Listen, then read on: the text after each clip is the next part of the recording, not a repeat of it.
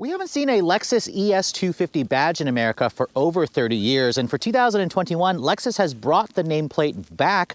And the highlight, of course, with the ES250 is it comes standard with the company's all-wheel drive system. And as you can see from the environment, my surroundings behind me, it is the perfect opportunity for me to test out, of course, the new all-wheel drive system on the Lexus ES. As you guys know, this is the company's best-selling sedan, and we've never seen an all-wheel drive version of the ES here in America. So if you guys are looking to purchase this luxury sedan, is the 250 all-wheel drive model the one you're going to want to get? Stay tuned to find out.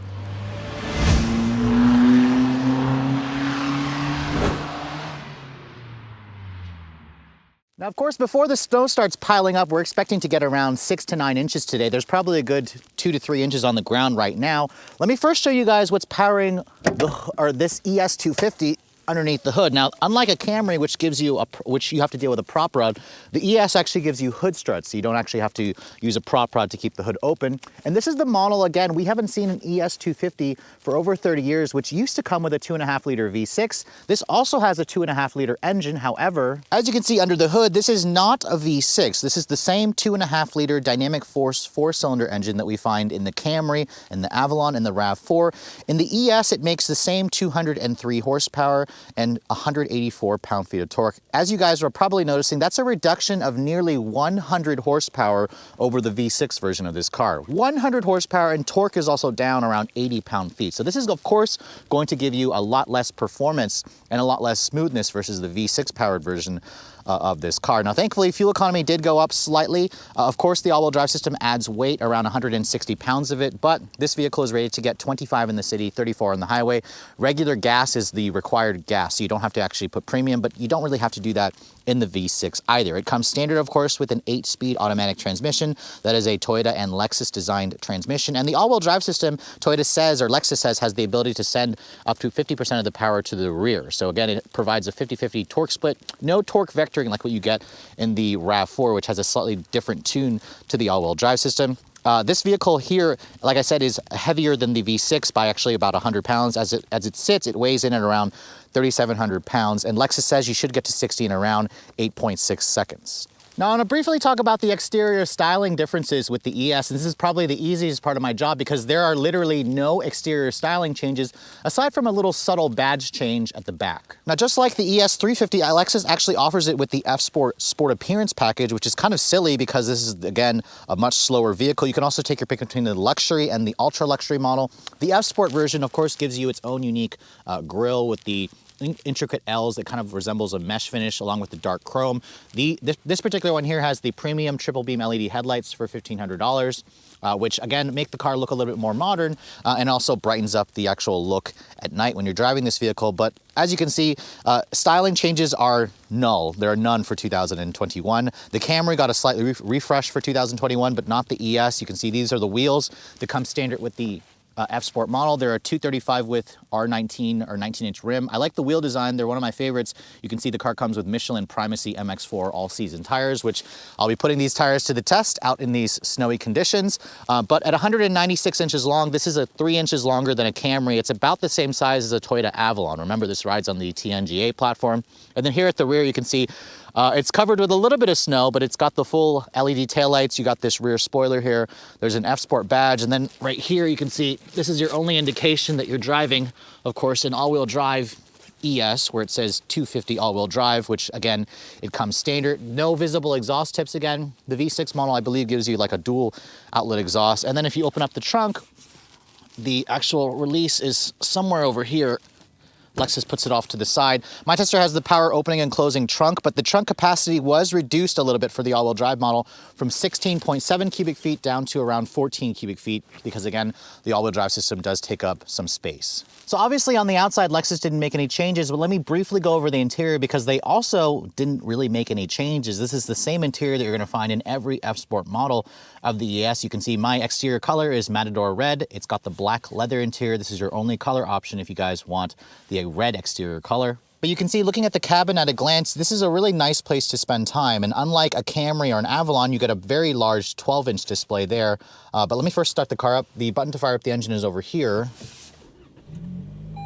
You can hear right away, that 4-cylinder drone makes itself very present, which again takes away from the luxury experience of this car. When I shut the door, it has a relatively solid sounding thunk, sounds just like a Camry and an Avalon, of course. And this cabin is still a very nice place to spend time. I mean, I like the F-Sport seats with the F-Sport branding. They're very, deeply bolstered, lots of, comfortable soft leather that you get on this model. The seats themselves are heated and cooled. They adjust in 12 different ways.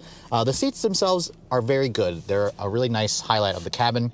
The 12-inch display also looks nice. Unfortunately, this is still the Lexus Inform system, where this is not a touchscreen, not like on the new Lexus RX. You have to still use the touchpad here, which is very frustrating to use. At least it has Apple CarPlay and Android Auto. It is not wireless, although, so you can see here, I'm trying to get to CarPlay, and it's not going over there. But once you pull up the CarPlay, it is very, very large. It looks good. The resolution is great. So again, this is good. It just needs to be pushed out closer to the actual dash to give us a touchscreen function, which would make it considerably better. The door panel, you can see soft touch. You have the same stitching and leather material on the door panels, padded right here, of course. Window switches feel pretty high quality. You have power folding mirrors, aluminum accented door handles. The Mark Levinson sound system has 17 speakers and like 1,000 or 1,800 watts of power. It sounds pretty good. It pretty much rivals some of the higher end Burmester, Bowers & Wilkins, and Bang & Olufsen systems I've tested. The steering wheel itself is a powered tilt and telescoping, which is nice. Can't get that on a Camry, but you can get that on an Avalon. You also have 3-person memory seats. You can't get that on a Camry as well. And I also like the aluminum trim that you get with the F-Sport package. Of course, the gauges, these are unique to the F-Sport. The gauges themselves are full digital, but they are looking a little bit small. Like I said before, you can push this button here and you can see the gauge display actually moves. You flip it over to Sport and you can see it turns the tack white. Gives us a very Lexus LFA inspired gauges. This in general just needs to be redesigned because it is pretty old. This over here, you can see dual zone climate control, lots of hard buttons of course for your audio. There's a tuning knob for volume, or a tuning knob and a volume knob, which are kind of combined together in this little one knob, which is nice. Heated and cooled seats. My tester has the power rear sunshade, which is nice, and I also have the heads-up display, which is nice. So this is pretty fully loaded, which is really nice to see. You have a traditional shifter, of course, for the 8-speed auto. And then when you put into reverse, no 360 camera. Lexus doesn't offer that on this model of the ES for some reason.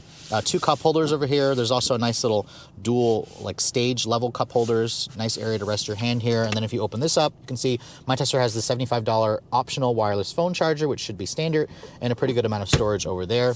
And then when you open up the glove compartment here, you can see it is damped. It's pretty deep, but it's not quite as large as I thought it would be. And then above me, you can see just a regular sunroof. Lexus did put some LED lighting in here, which is nice. No pano roof is available on the ES. And I'm not gonna get into the back seat, but the back seat, as you can see, is pretty similar to the last Avalon at 39 inches. This is a larger back seat, of course, versus what you get in the Acura TLX. But overall, the cabin hasn't really changed much. It's still a pretty nice place to spend time. Still has an infuriating infotainment system, but at least it is very comfortable and very spacious in here. So Lexus literally just dropped off this car yesterday for me, and as you can see, Mother Nature has graced me with the kind of weather that was built, or that was designed, or the ES250 all-wheel drive was built to tackle, and we're getting slammed here in Pennsylvania with around 6 to 9 inches of snow today. I'd probably say there's a good 3 or 4 inches on the ground already. It's definitely starting to pile up, and it looks like a winter wonderland out here. And as you guys know, this is the first time that Lexus is ever offering all-wheel drive on the ES. And it also marks the return of the 250 name, which we haven't seen in America since 1990. So a little over 30 years, around 31 years to be exact. And of course, I was pretty disappointed with the 4-cylinder engine. I mean, this is the same powertrain that's in the Toyota RAV4, the Toyota Camry, the Toyota Avalon, and it's a 4-cylinder, naturally aspirated engine. It's not really going to win any drag races, of course. And Lexus has always been known for offering just the type of smoothness that you associate. They're buttery smooth. That's kind of the point of a Lexus. But we'll talk about the powertrain, the engine, in just a second. I want to test the all-wheel drive system, which Lexus says will appropriate 50% of the torque front and rear. This is on the stock Michelin Primacy all-season tires as well. You can feel it's starting to slip. And this is all, of course, going to be traction limited, but I do want to test out the all-wheel drive system, which does a good job of sending the power front and rear, trying to get the car going again. And it's really nice to have the sure-footed confidence of all-wheel drive in the ES finally, although they should have paired it with the V6 engine. This 4-cylinder It just is a little drony, it's a little like noisy sounding. It's not befitting of a Lexus at all. Now, of course, Lexus has tried to make it a little bit more refined. They've added more sound deadening materials. But at upper reaches, you can hear the groan and the drone and the grittiness of that four-cylinder, and it is not, it doesn't belong in a Lexus. So, you know, if you guys want all-wheel drive in your ES, this is certainly obviously a new tempting option, but I'd probably just say look at one of their SUVs or even look at an IS, because the IS is offered with two V6s with all-wheel drive. And though it's not as roomy as this car, it is arguably the more Lexus-like experience because this powertrain just doesn't do it for me. Now, as you can see, the road is totally covered with at least a couple inches of snow. I want to try out the all-wheel drive system again. We'll just try another acceleration. I'll leave all the nannies on, of course, because we don't want to crash. It's cutting all the power. But we are getting going just fine. And again, this car would do so much better if it had a set of winter tires on it. But Lexus delivered the car with the factory Michelins, so of course we're just going to test it out with the factory Michelins. This definitely brings, you know, a new level of sure-footed confidence that you get with this all-wheel drive system. So it's nice to see Lexus is offering it. They're just sadly offering it with the wrong powertrain. Now, as you can see, even when you have four-wheel drive, it doesn't necessarily mean you're going to be able to not get stuck like that Ford Explorer, which the guy kind of looks like he's stuck over there. I am getting some looks as people are like, why is this person in a family sedan just driving around? Which it's not really a family sedan. This is supposed to be a luxury sedan. But in terms of the ride quality, this is the F Sport model, which means it has the adaptive dampers. You know, it's very smooth. The ride remains really smooth. This is the same 19-inch wheel and tire setup as the V6. The ES still drives very nice. It still handles pretty nice. It's a much more sportier design.